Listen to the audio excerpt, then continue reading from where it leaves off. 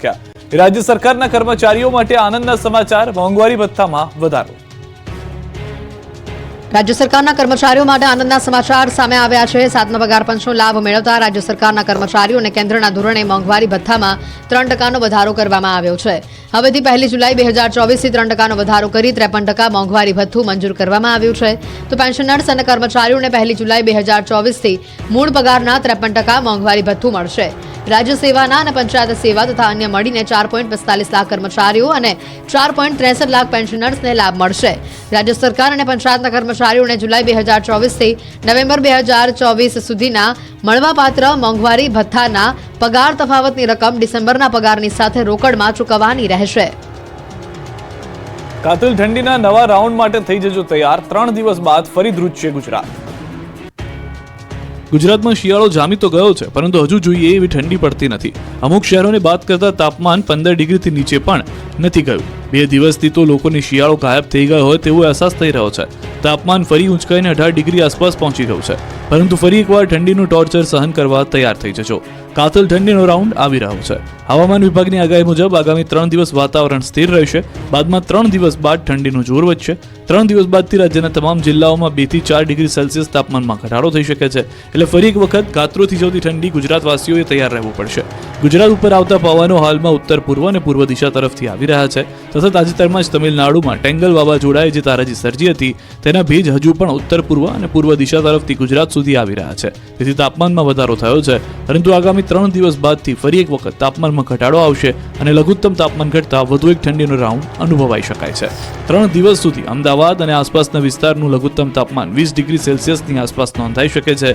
આ ઉપરાંત સૌરાષ્ટ્ર, કચ્છ અને દક્ષિણ ગુજરાતના દરિયાકાંઠાના વિસ્તારમાં લઘુત્તમ તાપમાન 22 થી 23 ડિગ્રી સેલ્સિયસ કરતાં પણ ઓછું રહેવાની શક્યતાઓ છે।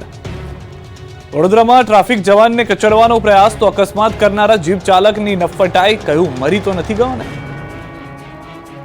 વડોદરા શહેરમાં 24 કલાકમાં એક બાદ એક 3 અકસ્માતની ઘટના સામે આવી, જેમાં ગેંડા સર્કલ વિસ્તારમાં ગત રાત્રે ડિવાઈડર કુદાવીને જીપ કાર સામેની તરફ ઉભેલી ઇકો કારમાં જઈને અથડાઈ હતી, જેના પગલે લોકોના ટોળા એકત્ર થઈ ગયા હતા। ઘટના સમય સ્થળ ઉપર હાજર લોકોએ અકસ્માત સર્જનાર જીપનો ચાલક નશામાં હોવાની આશંકા વ્યક્ત કરી। બાદમાં આ ચાલક નફટાઈપૂર્વક લોકોને કહે છે કે મરી તો નથી ગયો ને। ચાલકની આ વાતથી સ્થાનિકોમાં રોષ ભભૂક્યો। પોલીસે તપાસ હાથ ધરી તો બપોરે સમા સર્કલ પાસે કાર ચાલકે ટ્રાફિક જવાનને કચડવાનો પ્રયાસ કર્યો હતો। પૂરપાટ ઝડપે આવતા કાર ચાલકને રોકવાનો પ્રયાસ કરતા કાર ચાલક ટ્રાફિક જવાનને ટક્કર મારીને ત્યાંથી ફરાર થયો હતો। આ અંગે જાણવા મળ્યું કે સિગ્નલ તોડીને કાર ચાલક આવતો હતો, જેને રોકવાનો ટ્રાફિક પોલીસ જવાને પ્રયાસ કર્યો હતો, પરંતુ કાર ચાલક રોકવાના બદલે ટ્રાફિક પોલીસ જવાનને ટક્કર મારી ત્યાંથી ફરાર થઈ ગયો હતો। આ મામલે સમા પોલીસ સ્ટેશનમાં કાર ચાલક સામે ગુનો નોંધવાની તજવીજ શરૂ કરવામાં આવી છે, તેમજ ઉચ્ચ પોલીસ અધિકારીઓ ઘટના સ્થળે દોડી આવ્યા હતા। સમગ્ર ઘટનાના સીસીટીવી ફૂટેજ પણ તપાસવામાં આવ્યા હતા। નડિયાદના એક્સપ્રેસ હાઈવે પર કારનું ટાયર ફાટતા ટ્રકમાં ઘૂસી કારનો કચ્ચરઘાણ વળી ગયો, 3ના મોત। અમદાવાદ વડોદરાને જોડતા એક્સપ્રેસ હાઈવે પર નડિયાદ નજીક બેલોદરા બ્રિજ નજીક એક ગોજારા અકસ્માત સર્જાયો। પૂરપાટ જતી કારનું એકાએક ટાયર ફાટતા આ કાર ડિવાઈડર કૂદી રોંગ સાઈડે ઘૂસી હતી અને સામેથી આવી રહેલ ટ્રક સાથે અથડાઈ હતી। આ બનાવમાં કારનો કચ્ચરઘાણ વળી ગયો હતો। કારમાં સવાર એક મહિલા સાથે 2 પુરુષના મોત થયા હતા, જ્યારે 2 લોકોને ગંભીર ઇજાઓ પહોંચી હતી। અકસ્માતની જાણ થતાની સાથે જ નડિયાદ પોલીસ અને એક્સપ્રેસ હાઈવે પેટ્રોલિંગની ટીમ ઘટના સ્થળે પહોંચી ગઈ હતી। કાર સેન્ડવિચ બની જતા કારના પતરા તોડી લોકોને બહાર કઢાયા હતા, હોસ્પિટલે ખસેડાયા હતા। અકસ્માતના કારણે અંદાજિત 15 કિલોમીટર જેટલો ટ્રાફિક જામ સર્જાયો હતો। આ ઉપરાંત અકસ્માતગ્રસ્ત જે ટ્રક હતી તે ચાલુ ન થતા વધારે સમય લાગતા આ લેન પર ટ્રાફિક જામ સર્જાયો હતો। બીજો અકસ્માત દાહોદમાં થયો। દેવગઢ બારિયા તાલુકાના તોયણી ગામના 2 બાઇક વચ્ચે ગમખ્વાર અકસ્માત સર્જાતા એક બાઇક પર સવાર 3 યુવકો ગંભીર રીતે ઇજાગ્રસ્ત થતા એકનું ઘટના સ્થળે મોત નીપજ્યું, જ્યારે અન્ય 2 યુવકોના સારવાર દરમિયાન મોત નીપજ્યા, જ્યારે બીજી બાઇક પર સવાર 3 લોકો ઇજાગ્રસ્ત થતા સારવાર અર્થે હોસ્પિટલ દાખલ કરવામાં આવ્યા છે। વડેલા ગામના 3 પિતરાઈ ભાઈઓના મોત થયા। ગીર સોમનાથથી સમાચાર, કોડીનારના કરેડા ગામે રોલર ફરી વળતા એકનું મોત થયું છે। કરેડા ગામે મનરેગાના રોડના કામ માટે આવેલું રોલર ચાલક પર ફરી વળ્યું હતું। રોલરની પાછળ બેટરીને છેડા આપવા જતા રોલર રિવર્સ ગિયરમાં હોવાને કારણે ચાલક પર ફરી વળ્યું। દિવાલમાં ટકરાયા બાદ ફરી બીજી વાર તેના પર ફરી વળ્યું હતું। રોલર ચાલકનું ઘટના સ્થળે જ મોત થયું હતું। કોડીનાર હોસ્પિટલમાં પીએમ માટે ખસેડાયો। ઘટનાના સીસીટીવી પણ સ્પષ્ટ જોવા મળ્યા છે। ઉપલેટામાં કપાસનો 2.25 કરોડનો ઢગલો સળગી ગયો। કપાસનો વિશાળ ઢગલો, જેમાં આગ લાગતા મચી છે અફરાતફરી। આગને કાબૂમાં લેવા માટે લોકો દોડાદોડી કરી રહ્યા છે. આગ ભયંકર રીતે વિકરાળ રૂપ લઈ રહી છે અને ગમે ત્યારે બાજુમાં પડેલા બીજા ઢગલાને પણ પોતાની ઝપેટમાં લઈ શકે છે. દાવા પ્રમાણે કપાસનો આ એક ઢગલો 12,500 મણથી લઈને 13,000 મણ સુધીનો હતો, એટલે કે અંદાજે 2.5 લાખ કિલો કરતાં પણ વધુ કપાસ અહીં પડેલો હતો, જે સ્વાહા થઈ ગયો. મણ દીઠ 1450 રૂપિયા લેખે ગણતરી કરવા બેસીએ તો કુલ નુકસાનના 2.5 કરોડ જેટલી હોવાનો દાવો છે. આ ઘટના ઉપલેટાની છે, જ્યાં પોરબંદર હાઈવે પર ઈસરાના પાટિયા નજીક આવેલી પટેલ કોટન મિલમાં કપાસમાં ભયંકર આગ લાગી. જોતજોતામાં કપાસનો આ મોટો જથ્થો સ્વાહા થઈ ગયો. મિલમાં કામ કરતા કર્મચારીઓમાં દોડધામ મચી ગઈ. એક કર્મચારી દોડીને બીજા ઢગલા નજીક ગયો અને આસપાસની જગ્યા ચોખ્ખી કરી નાખી, કારણ કે જો એવું ન થયું હોત તો બીજો ઢગલો પણ સ્વાહા થઈ જવાનો હતો. બાદમાં લોડર મશીન પણ દોડાવાયું અને બીજા ઢગલાનો કપાસ આ રીતે ઉપર ચડાવીને સળગતા ઢગલાથી દૂર કરી દેવાયો. જોકે ત્યાં સુધીમાં એક ઢગલો તો ખાક થઈ ગયો. કામ કરી રહેલા કામદારો પાણીનો ડોલ ભરીને દોડવા લાગ્યા હતા, પરંતુ ત્યાં સુધીમાં ઘણું મોડું થઈ ગયું હતું. ફાયર વિભાગને જાણ કરતા 3 ફાયર ફાઈટર પહોંચ્યા અને આગ પર કાબુ મેળવી લીધો.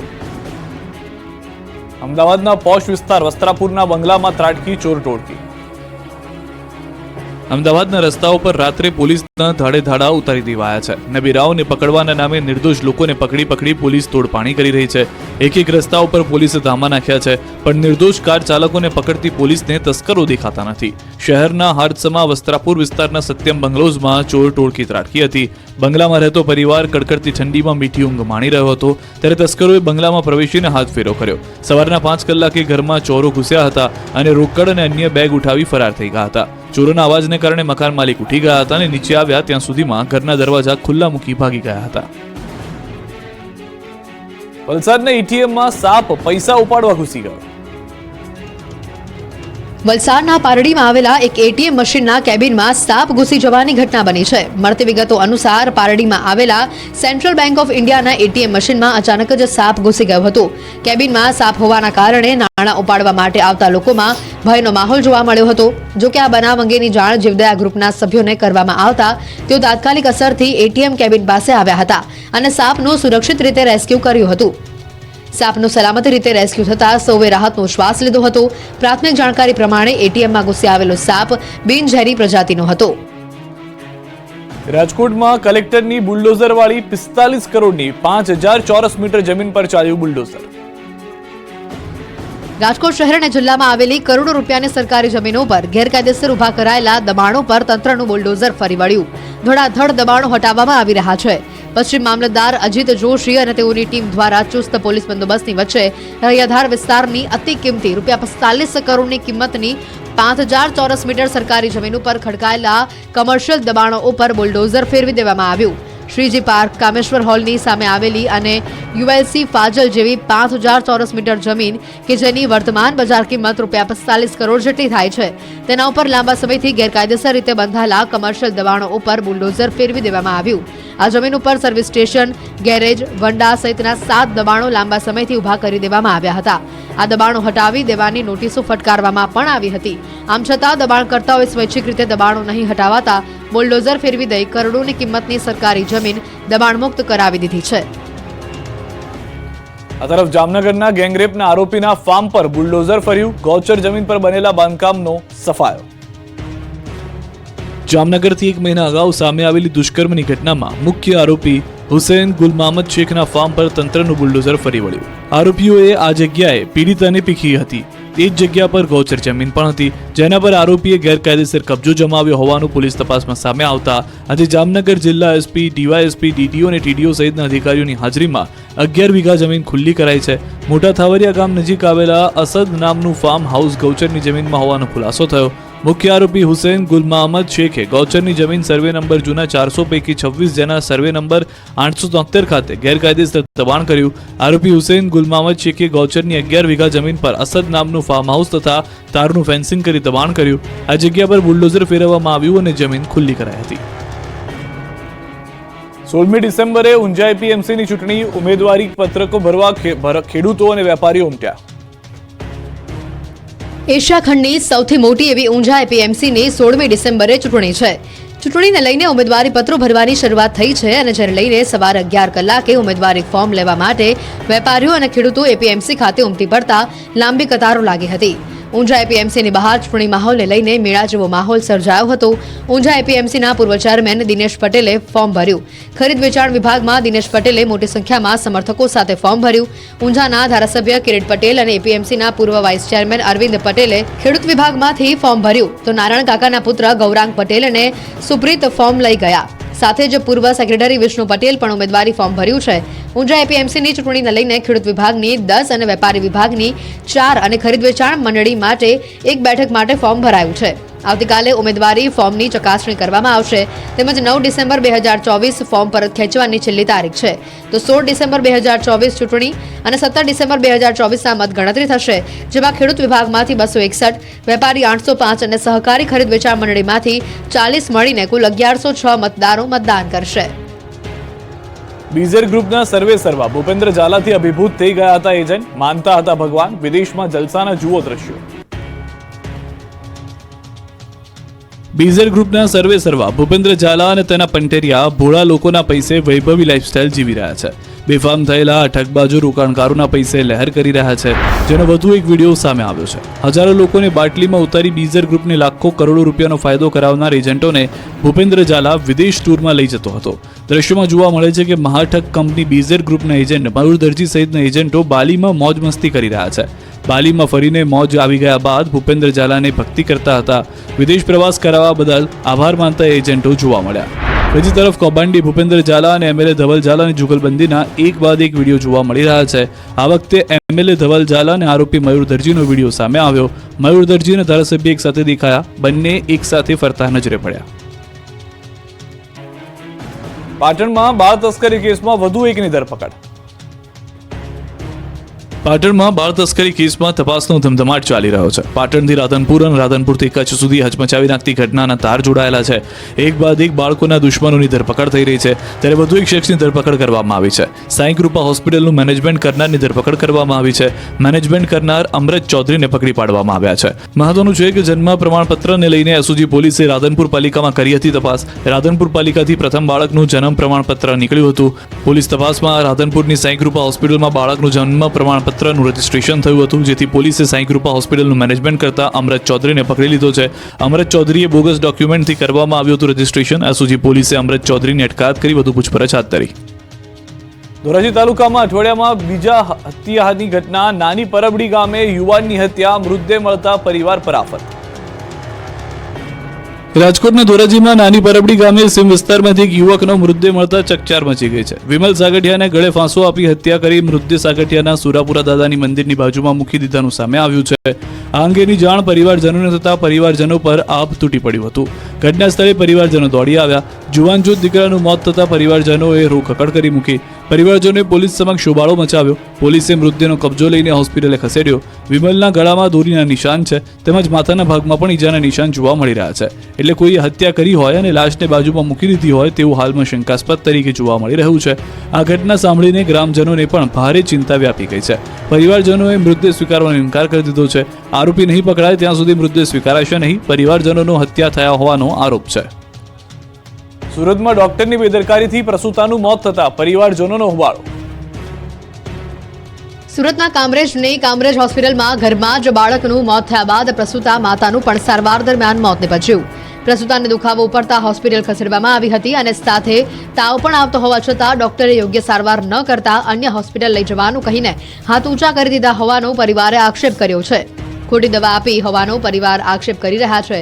આ મામલે પરિવારજનો દ્વારા ડોક્ટરની બેદરકારીના કારણે મોત થયું હોવાનો આક્ષેપ કરાતા ખળભળાટ મચી ગયો છે. હોસ્પિટલ ખાતે પહોંચી ન્યાયની માંગ સાથે હોબાળો પરિવાર દ્વારા મચાવવામાં આવ્યો. આ સાથે જ પરિવારે આક્ષેપ કર્યો કે કામરેજ હોસ્પિટલના ડોક્ટર દ્વારા લેખિતમાં લખી આપવામાં આવ્યું હતું કે તમારે જ્યાં કેસ કરવો હોય ત્યાં કેસ કરવા માટેની ધમકી છે. રાજેશ્વરી રેસિડેન્સીમાં 30 વર્ષીય ગાયત્રી મિત શિરોયા 9 મહિના પહેલા ગર્ભવતી થતા પરિવારમાં ખુશીનો માહોલ હતો. પરિવારના એકના એક દીકરાના ઘરે પારણું બંધાવવાનું હતું, પણ ડોક્ટરની બેદરકારીથી બંનેના મોત થતા પરિવાર હાલ શોકમાં ગરકાવ છે. રાજકોટ પીજીવીસીએલ કસ્ટમર કેર સેન્ટરમાં બધા જ કર્મીઓ ઊંઘી ગયા. એમડીએ તપાસના આદેશ આપ્યા. જે ગ્રાહકનો આપ સંપર્ક કરવા માંગો છો એ હાલ ઘોડા વેચીને સૂઈ ગયા છે. કૃપા કરીને જાગે પછી કોલ કરો અથવા અંધારામાં રહેવાની આદત પાડી લો. લાઇટ જાય અને તમે પીજીવીસીએલની કચેરીમાં ફોન કરો ત્યારે આવી ટ્યુન સંભળાય તો ચોંકી ન જશો, કારણ કે આ હકીકત પણ હોઈ શકે છે.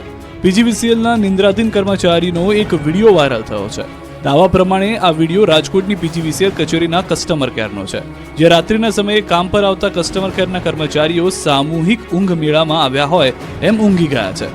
ઊંઘતું તંત્ર અત્યાર સુધી આપણે માત્ર સાંભળતા હતા, પરંતુ આજે તો જોઈ પણ લીધું. ગ્રાહકો ભલે ફોન કરીને થાકે, પણ અહીંયા કોઈ જાગતું ન હોય અને ફોન ઉપાડે અને સમસ્યા સાંભળે તેવું વ્યક્તિ જ નથી. કાગડા બધા કાળા ન હોય એમ કહી પણ બધા જ કર્મચારીઓ ઊંઘે છે એવું નથી. એકાદ બે લોકો જાગે પણ છે, પણ મોબાઈલમાં મશગુલ છે. શહેરના કનેક રોડ પર આવેલા કસ્ટમર કેર સેન્ટરનો આ વિડીયો હોવાનો દાવો કરાઈ રહ્યો છે. વિડીયો વાયરલ થતા પીજીવીસીએલના આસિસ્ટન્ટ એન્જિનિયરે સ્પષ્ટતા કરી કે વાયરલ વિડીયો જૂનો છે. ખાતાકીય તપાસ ચલાવવામાં આવી રહી છે. ગેરરીતિ સામે આવશે તો પગલાં લેવાશે. સુતેલા કર્મચારીઓ કોન્ટ્રાક્ટ આધારિત છે, પરંતુ એનો મતલબ એ નથી કે કામના સમયે સૂઈ જવાનું. હિંમતનગરના રાયપુર ગામની પ્રાથમિક શાળામાં સતત બીજા દિવસે પણ તાળાબંધી. સામાન્ય રીતે શાળામાં શિક્ષકો ભણાવવા માટે આવે, પરંતુ હિંમતનગરના રાયપુર ગામની પ્રાથમિક શાળામાં શિક્ષકો ઝઘડવા માટે આવે છે. દરરોજ શિક્ષકો ઝઘડતા વિદ્યાર્થીઓ કંટાળ્યા, ત્યારે સાબરકાંઠાના હિંમતનગરના રાયપુર ગામની પ્રાથમિક શાળામાં સતત બીજા દિવસે પણ તાળાબંધી કરી વિરોધ કરવામાં આવ્યો. ગામના લોકોનું કહેવું છે કે છેલ્લા 1 વર્ષથી શાળાના શિક્ષકો અંદરો અંદર ઝઘડતા રહે છે, જેની અસર શાળા જતા બાળકો પર પડી રહી છે. સતત 5 વખત ગામના લોકોએ સમાધાન કરાવ્યું હોવા છતાં પણ શિક્ષકો શાળામાં ઝઘડો કરતા રહે છે, જેથી ગામના લોકોએ વિરોધ કર્યો, જેને લઈ તાલુકા શિક્ષણ કચેરીથી આવેલ અધિકારીઓએ ગામ લોકો સાથે બેઠક કરી. આ બેઠકમાં શિક્ષકોની બદલીની ઉગ્ર માંગ કરાઈ છે. ભાવનગરના અપલખાણા લંપટ શિક્ષકે ધોરણ 5ની વિદ્યાર્થીની સાથે કર્યા અડપલા, લોકોએ શાળાનો બહિષ્કાર કર્યો. ભાવનગર જિલ્લાના ઘોઘા તાબેના લાખણકા ગામે સરકારી પ્રાથમિક શાળામાં એક શિક્ષકે 5મા ધોરણમાં ભણતી બાળકી સાથે અડપલા કર્યાનો આક્ષેપ બાળાએ કરતા ભારે ચકચાર મચી છે. ઘોઘાના લાખણકા ગામે પ્રાથમિક શાળામાં ધોરણ 5માં અભ્યાસ કરતી એક બાળકી છેલ્લા 2 દિવસથી શાળાએ અભ્યાસ માટે જતી ન હોવાથી તેના વાલીએ શાળાએ ન જવાનું કારણ પૂછતા બાળકીએ તેના વાલીને લંપટ શિક્ષકના લખણની વાત કરતા પરિવારજનોના પગતળેથી જમીન ખસી ગઈ. શાળામાં ભણાવતો રમેશ નામનો આ શિક્ષક શાળાના સમય દરમિયાન તેના શરીરને અસહજ રીતે સ્પર્શ કરતો હોવાનું અને ગેરવ્યાજબી ભાષા સાથે વાત કરતો હોવાનું જણાવ્યું હતું. આથી બાળકીના વાલીઓએ ગામમાં અને અન્ય લોકોને પણ આ બાબતની વાત કરતા ગામ લોકો એકઠા થયા. ગામ લોકો શાળા ખાતે પહોંચ્યા અને શિક્ષક તથા આચાર્ય સાથે બોલાચાલી કરી. આ દરમિયાન ગામ લોકોએ શિક્ષક રમેશને લઈને ઘોઘા પોલીસ મથકે દોડી આવ્યા હતા અને શિક્ષકને પોલીસના હવાલે કરી તેના વિરુદ્ધ ફરિયાદ દાખલ કરવાની માંગ કરી. પોલીસે પૂછપરછ સાથે તપાસ શરૂ કરી છે. જોકે પોલીસે લંપટ શિક્ષક વિરુદ્ધ કાર્યવાહી ન કરતા ગામ લોકો દ્વારા શાળાનો બહિષ્કાર કરવામાં આવ્યો છે. લોકોનો આક્ષેપ છે કે ઘોઘા પોલીસ દ્વારા એફઆઈઆરના બદલે માત્ર અરજી લેવામાં આવી છે, એટલે જ્યાં સુધી શિક્ષક વિરુદ્ધ પગલાં લેવામાં નહીં આવે ત્યાં સુધી તેમના બાળકોને શાળાએ મોકલશે નહીં. બાબરમાં શિક્ષકો બન્યા શૈતાન, બાળકના અક્ષર સારા ન થતા માર્યો ઢોરમાર. બનાસકાંઠાના ભાભર તાલુકામાં શિક્ષણ જગતને શર્મસાર કરતી ઘટના સામે આવી. રૂની ગામની ડેરિયાવાળા પ્રાથમિક શાળામાં સૌપ્રથમ તો આપણે એ જણાવ્યું ઘણા સમય પહેલા આપણે એક અનુમાન આપ્યું હતું કે ગુજરાતના હવામાનમાં પલટો આવશે, જેમાં ખાસ કરીને 3 ડિસેમ્બરથી લઈને 9 ડિસેમ્બર વચ્ચે આપણું વાતાવરણ છે એમાં ફેરફાર જોવા મળશે અને આપણે ઝાપટાઓ પડી શકે છે. કયા વિસ્તારમાં ઝાપટા પડવાના છે, કેવા ઝાપટા પડવાના છે એની વાત કરીએ તો આ ઝાપટાનું કારણ છે દક્ષિણ ભારતની અંદર રહેલું સાયક્લોન.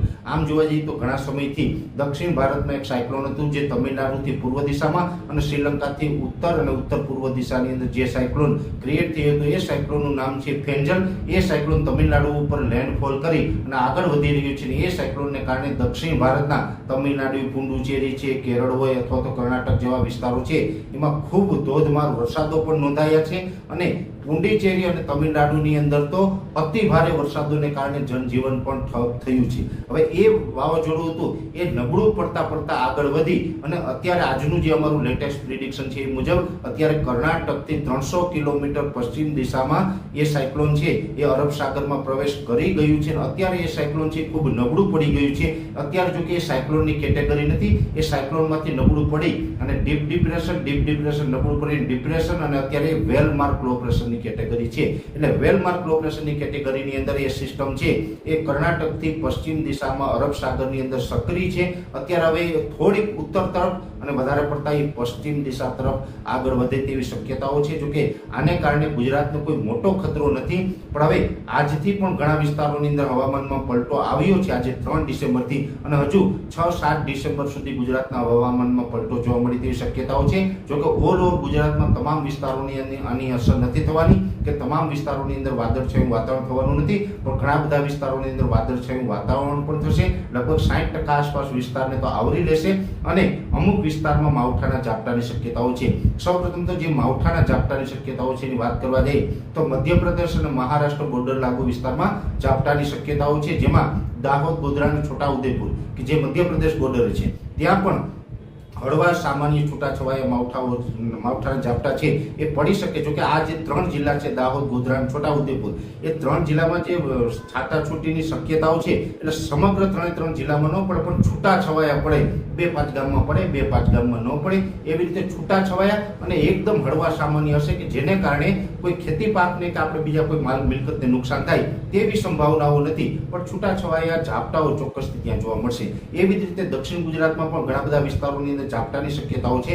સૌથી વધારે જે ઝાપટાની કે છાટાછૂટીની તીવ્રતા છે એ તાપી અને ડાંગ જિલ્લામાં જોવા મળે તેવી શક્યતાઓ છે. તાપી અને ડાંગ જિલ્લામાં તો આવનારા 3-4 દિવસ, ખાસ કરીને 4 અને 5 તારીખ દરમિયાન આ ઝાપટાની શક્યતાઓ તાપી અને ડાંગમાં રહેલી છે. એ સાથે પણ આગળ પાછળ એકાદ દિવસ એ ઝાપટા કે છાટાછૂટી જોવા મળી શકે. અને ડાંગ અને તાપીને બાદ કરતા બીજા વિસ્તારો હોય જેમાં વલસાડ હોય, વાપી, નવસારી છે, સુરત છે, અથવા તો જે રાજપીપળા જેવા વિસ્તારો હોય અને એની આસપાસના અમુક વિસ્તારો